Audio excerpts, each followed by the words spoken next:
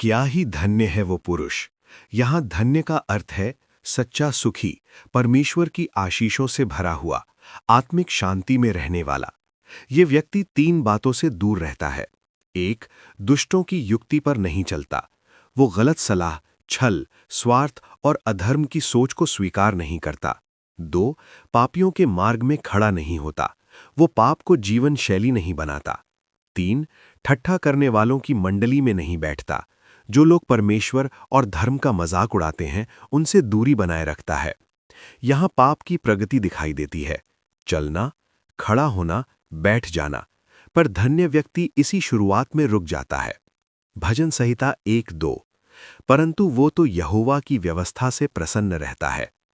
धर्मी व्यक्ति केवल पाप से दूर नहीं रहता, बल्कि परमेश्वर के वचन से प्रेम करता है। व्यवस्था माने परमेश्वर का वचन। रात दिन ध्यान करना माने जीवन के हर निर्णय में वचन को मार्गदर्शक बनाना। ये मजबूरी नहीं, आनंद से किया गया काम है। भजन संहिता 1-3। वो उस वृक्ष के समान है। धर्मी व्यक्ति की तुलना एक पेड़ से की गई है, जो बहती नालियों के किनारे लगाया गया है। उसे निरंतर जल मिलता है, परमेश्वर की उपस्थिति। अपनी ऋतु में फलता है, सही समय पर आशीषें मिलती हैं। पत्ते मुरझाते नहीं, कठिन समय में भी विश्वास बना रहता है। इसलिए लिखा है, जो कुछ वो पुरुष करे वो सफल होता है। ये सफलता केवल धन की नहीं, बल्कि आत्मिक, पारिवारिक और नैतिक सफलता है। भजन संहिता 1-4। दुष्ट लोग ऐसे नहीं होते। दुष्टों की तुलना भूसी से की गई है, बिना वजन, बिना स्थिरता, हवा से उड़ जाने वाली। उनका जीवन बाहरी रूप से मजबूत लग सकता है, पर अंदर से खोखला होता है। भजन संहिता 1-5।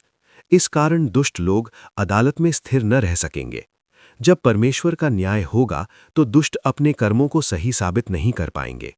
वे धर्मियों की सभा में स्थान नहीं पाएंगे। ये चेतावनी है कि पाप का अंत हमेशा न्याय होता है। भजन संहिता 1-6। क्योंकि यहोवा धर्मियों का मार्ग जानता है। परमेश्वर धर्मियों के मार्ग को जानता है, उनकी रक्षा करता है, उन्हें सही दिशा देता है। परंतु दुष्टों का मार्ग अंत में नाश की ओर जाता है। पूरा सार, मैसेज ऑफ साम 1। जो परमेश्वर के वचन पर चलता है वो आशीषित है। जो वचन पर मनन करता है वो स्थिर और फलदायी है। दो ही मार्ग हैं, जीवन या विनाश। सही चुनाव ही सच्ची सफलता की कुंजी है।